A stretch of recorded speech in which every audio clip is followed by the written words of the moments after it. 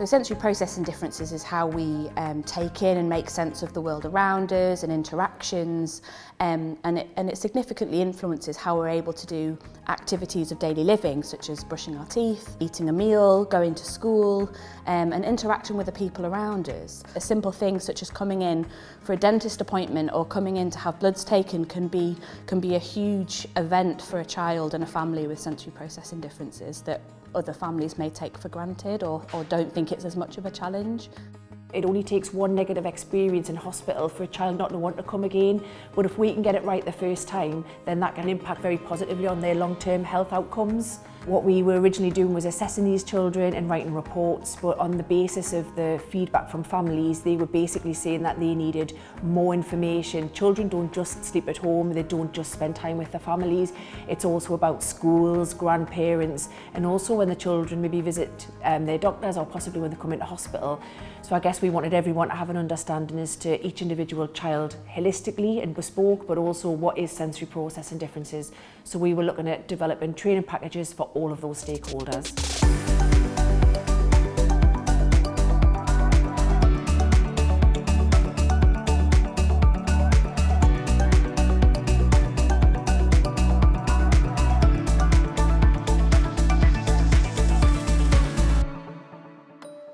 It's wonderful having a mascot like Bobby, but Bobby is the most wonderful dog that conveys a message that sometimes the spoken word can't.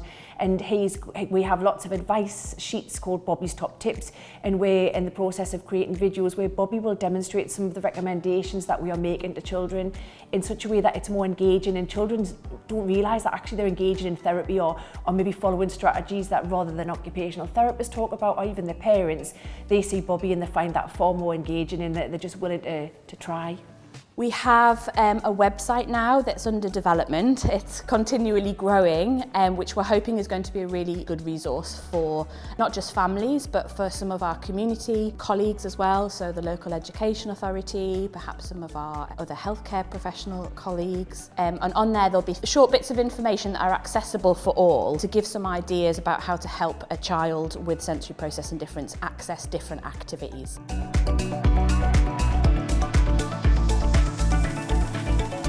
This book is called Bobby's Big Day Out, and this is looking at Bobby's visit to hospital. It's to try and, I guess, normalise or destigmatise visits to hospital. So this resource is a wonderful storybook that talks you through Bobby's visit, and it also has some resources in the back to create some strategies as well.